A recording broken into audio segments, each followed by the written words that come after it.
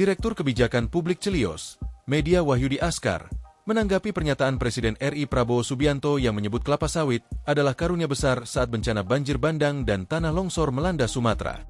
Prabowo mengungkap, Indonesia mendapat anugerah yang besar berupa kelapa sawit sebagai komoditas dan potensi alam unggulan. Menurutnya, kelapa sawit yang bisa diolah menjadi bahan bakar minyak, BBM, akan membantu mengurangi ketergantungan negara terhadap impor. Saudara-saudara, kalau kita tergantung impor, kita nggak mampu bayar nanti harga BBM. Tapi kita diberikan karunia oleh Yang Maha Kuasa. Kita punya kelapa sawit. Kelapa sawit bisa jadi BBM, bisa jadi solar, bisa jadi bensin, juga kita punya teknologinya.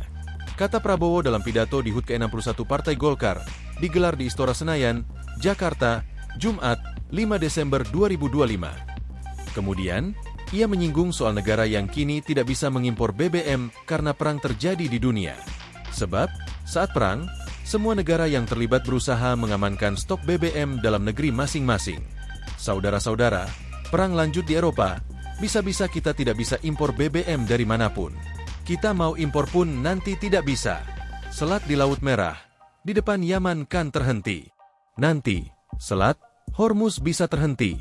Lanjutnya, pernyataan Prabowo tentang keunggulan kelapa sawit ini menuai sorotan tajam, karena terlontar di kala banjir bandang dan tanah longsor melanda Sumatera Utara, Sumatera Barat, dan Aceh. Bencana hidrometeorologis tersebut disebabkan beberapa faktor yang merupakan kombinasi antara faktor alam dan aktivitas manusia, seperti deforestasi, penggundulan hutan, dan perubahan iklim yang memicu munculnya siklon tropis di wilayah Khatulistiwa, yakni Senyar. Adapun deforestasi masif di Sumatera muncul akibat pembukaan lahan hutan untuk pertambangan, proyek energi, dan perkebunan kelapa sawit, menurut penelitian Wahana Lingkungan Hidup, WALHI. Media Wahyudi Askar pun menanggapi kelapa sawit sebagai salah satu penyebab deforestasi yang memperparah banjir bandang Sumatera, tetapi justru dipuja-puja oleh Prabowo. Fakta bahwa kelapa sawit penyebab deforestasi pun sudah tertuang dalam berbagai studi yang dilakukan organisasi pelestarian lingkungan, salah satunya WALHI. Lantas, ketika Prabowo beberapa kali membahas tentang kebaikan kelapa sawit, dan di sisi lain, banjir bandang terjadi, maka media menyiratkannya sebagai pernyataan nirempati. Nirempati sendiri merupakan kondisi psikologis di mana seseorang tidak memiliki atau sangat kurang kemampuan untuk memahami, merasakan, atau merespons perasaan, pikiran, dan pengalaman orang lain. Orang yang nirempati cenderung egois, mengabaikan emosi orang lain, dan bisa berwujud dalam perilaku meremehkan atau mengejek. Media menyampaikan tanggapannya ini saat wawancara dalam program Teras Ekbis yang diunggah di kanal YouTube Kompas TV, Kamis, 11 Desember 2025. Ada banyak studi WALHI, universitas-universitas tidak hanya Indonesia, tetapi juga internasional mengatakan bahwa deforestasi salah satunya adalah karena sawit, tutur media.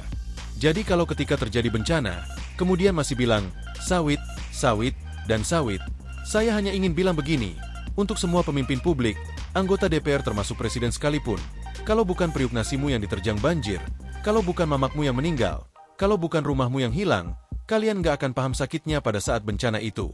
Kalian nggak perlu tertimpa bencana untuk merasakan itu. Tapi empati aja cukup. Lebih lanjut, media meminta agar Badan Riset dan Inovasi Nasional, BRIN, memberikan data penelitian tentang kelapa sawit dan dampaknya kepada Prabowo. Kata dia, data berbasis sains sangat penting untuk dijadikan pertimbangan bagi Presiden untuk mengambil kebijakan dan memimpin penanganan bencana. Ia menegaskan, Prabowo jangan hanya mendengarkan menteri atau pejabat yang hanya memberikan laporan yang baik-baik saja. Ada data di Bappenas. Peneliti BRIN itu harusnya mikir kasih data ke Pak Prabowo. Ini loh, Pak, datanya kasih pertimbangan. Pak Prabowo baca risetnya BRIN enggak terkait ini, ujar media. Jadi, kalau bisa, Presiden jangan hanya mendengarkan Pak Bahlil, hanya mendengarkan Raja Juli Antoni. Saya minta sekali profesor-profesor di BRIN itu kirimkan jurnal-jurnalnya ke Pak Prabowo agar Pak Prabowo mendengarkan scientific evidence, instead of Raja Juli Antoni, instead of beberapa menteri di kabinet hari ini. Download Tribun X sekarang, menghadirkan lokal menjadi Indonesia.